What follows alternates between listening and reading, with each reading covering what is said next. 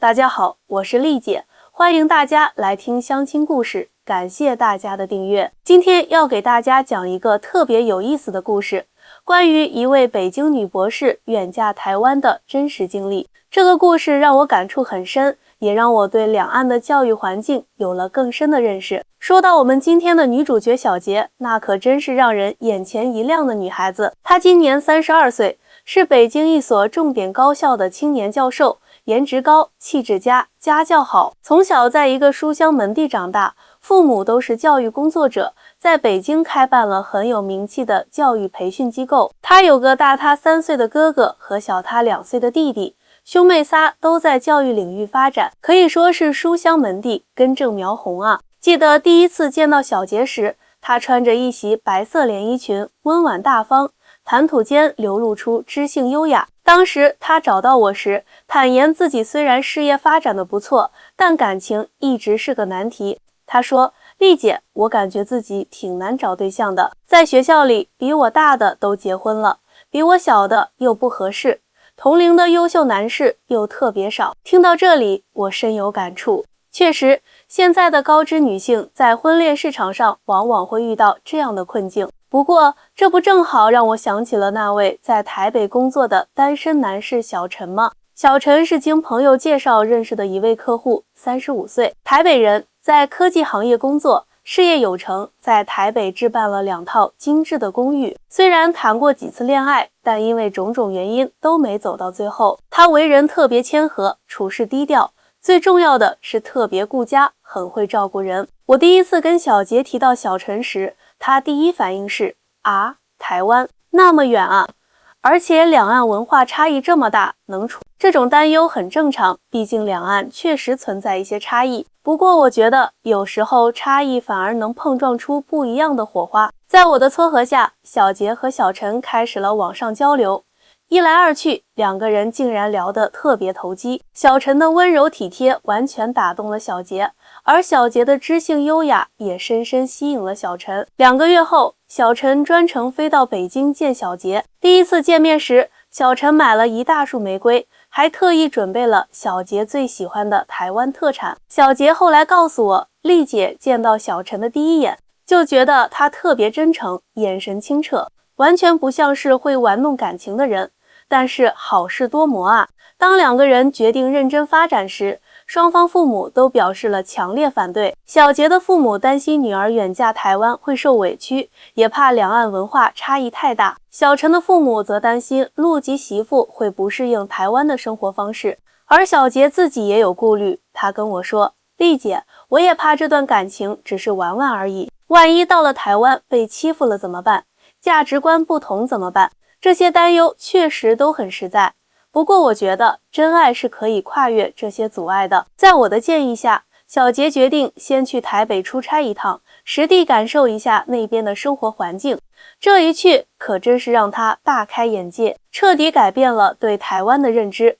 小杰第一次去台北，恰好赶上台北大学的开放日。本来他对台湾的教育水平还有些许偏见，觉得可能比不上大陆的一流高校，但是当他走进校园的那一刻，就被震撼到了。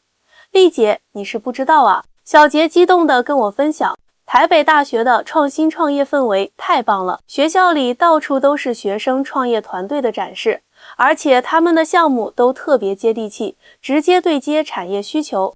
最让小杰惊讶的是台湾高校的奖学金制度，你知道吗？他们的奖学金不光面向本地学生，对大陆学生也一视同仁，而且申请条件特别人性化，不是死板地卡各种条件，更注重学生的综合素质和创新能力。在参观过程中，小杰还发现了一个让他特别感动的现象，校园里形形色色的学生，有穿着朴素的，也有打扮时尚的，但是大家都能和谐相处。这让我想起自己读书时的经历。小杰感慨道，在台湾，不管家境如何，只要有能力，人人都能接受优质教育。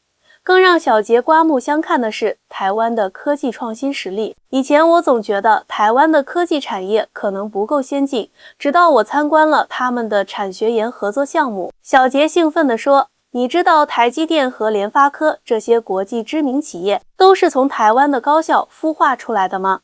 他们的人才培养模式真的很值得学习。在台北的日子里，小陈带着小杰走遍了大街小巷，每到一个地方，小杰都能感受到浓浓的人情味。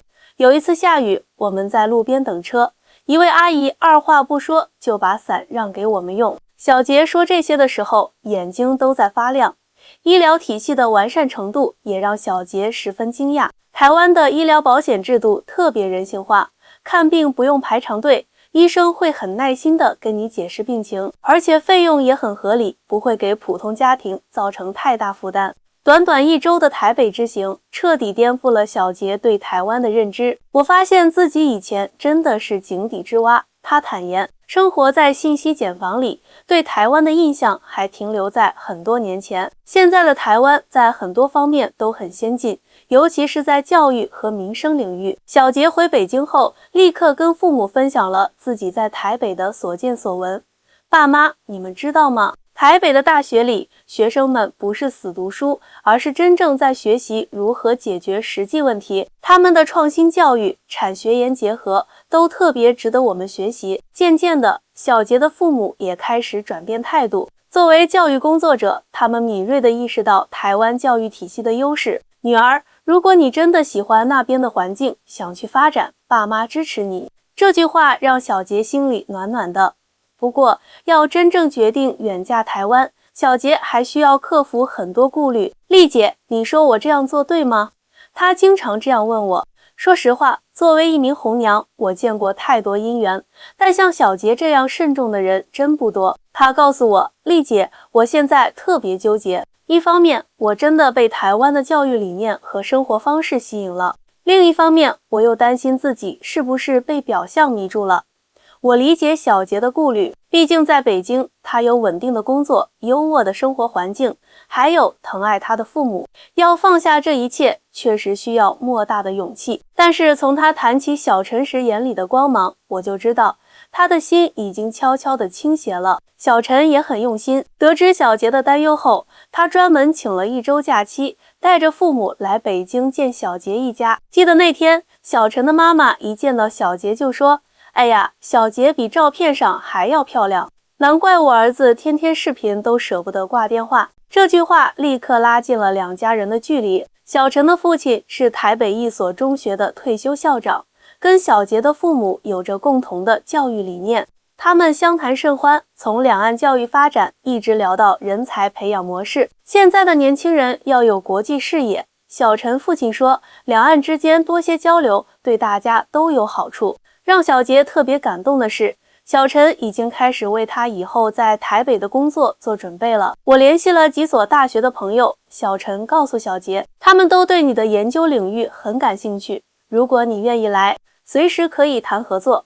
这时候，小杰的哥哥也站出来支持妹妹。小杰，你记得我那个在台湾留学的同学吗？他在那边过得特别好。台湾的人文环境很适合搞学术，而且生活节奏也没有北京这么快。小杰的弟弟更是力挺姐姐。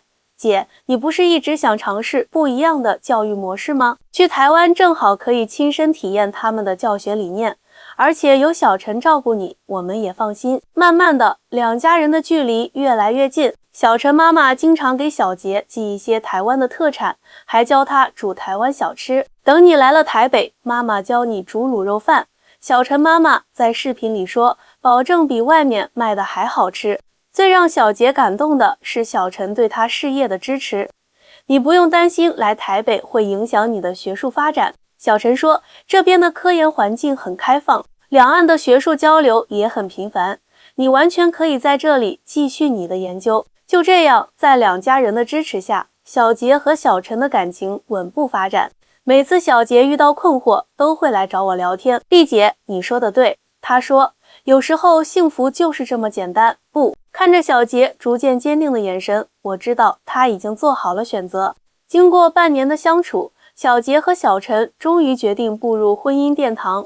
丽姐，我现在特别庆幸当初遇见了你。小杰拉着我的手说，如果不是你的牵线搭桥，我可能永远不会遇见小陈，也不会发现台湾的美好。婚礼选在了台北举行，小杰的父母特意提前去了台北帮忙筹备。看到小陈在台北的工作和生活环境后，他们彻底放下了心。女儿，妈妈现在总算明白你为什么会喜欢这里了。小杰妈妈说，这里的生活节奏很舒服，人与人之间的关系也特别真诚。小杰的哥哥和弟弟也来帮忙，他们被台北的文化氛围深深吸引。姐，你眼光真好。弟弟打趣道，不光找到了好老公，还找到了这么好的生活环境。婚礼那天，小杰穿着白色婚纱，走在台北老街的樱花树下，浪漫的像是电影画面。宾客们都说，从来没见过这么幸福的新娘。小陈的眼里满是宠溺，一直紧紧牵着小杰的手。婚后，小杰如愿在台北一所大学任教，他发现台湾的教育环境比他想象的还要好。在这里，老师有更多时间去关注每个学生的成长。小杰说，不是简单的传授知识，而是真正在培养人才。让小杰特别欣慰的是，他在台北遇到了很多志同道合的同事，大家都很开放包容。他说，不管是教学方法还是研究方向，都可以畅所欲言，互相启发。小陈的父母也把小杰当亲女儿一样疼爱，每个周末全家人都会聚在一起吃饭。小陈妈妈总会变着花样做好吃的，多吃点。婆婆总是这样说，看你最近太忙，都瘦了。在台北的日子里，小杰越来越适应这里的生活。他喜欢清晨去大学路上的早餐店买豆浆油条，喜欢下班后和小陈一起去夜市逛逛，更喜欢周末带着父母去台北近郊的温泉放松。丽姐，我现在真的很幸福。小杰在视频里跟我分享，以前总觉得远嫁是件很可怕的事，现在才发现，只要找对了人，在哪里都是家。看着视频李小杰幸福的笑容，我也特别欣慰，这就是缘分啊！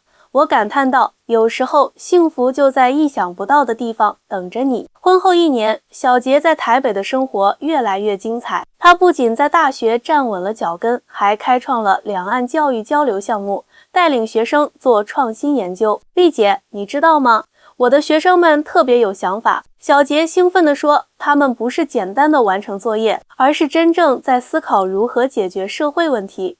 小陈也在事业上有了新的突破，他带领的科技团队研发的项目获得了国际大奖，这让小杰特别自豪。我老公虽然平时话不多，但做起事来特别靠谱。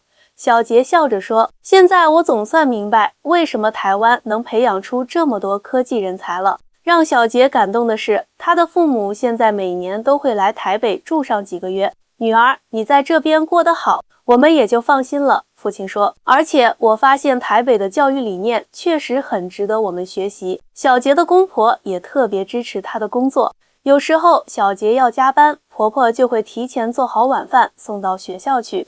要照顾好自己，婆婆总是这样叮嘱，工作再忙也别累着。在台北的日子里，小杰深深体会到了什么叫宝岛人情味。邻居们知道他是从北京来的，经常会送些自家种的水果，或者邀请他一起去参加社区活动。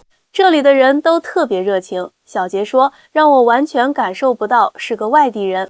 最让小杰感慨的是台湾的医疗保障。去年他生病住院，医护人员的细心照顾，完善的保险制度，都让他感受到了满满的温暖。在这里看病不用担心花太多钱，小杰说，这种安全感真的很重要。现在的小杰已经完全爱上了台北的生活。他喜欢清晨去龙山寺听钟声，喜欢傍晚在淡水河边散步，更喜欢和小陈一起规划未来。我们打算明年要个宝宝。小杰害羞地告诉我觉得台北是个适合孩子成长的地方。每次看到小杰发来的照片，我都能感受到他满满的幸福，从当初的忐忑不安到现在的心定神闲。小杰用自己的经历证明，爱情和事业从来都不是非此即彼的选择。丽姐，谢谢你当初给了我勇气。小杰常常这样对我说，如果不是你的鼓励，我可能错过了这么好的姻缘。其实做红娘这么多年，我最大的心愿就是看到有情人终成眷属。小杰和小陈的故事让我更加相信，只要用心经营，再远的距离也会变成最美的风景。亲爱的朋友们，今天的故事就讲到这里。如果你也在寻找属于自己的幸福，不要着急，不要焦虑，你的缘分一定会在最美的时候出现。下期我们继续分享相亲故事，我是丽姐，我们下次再见。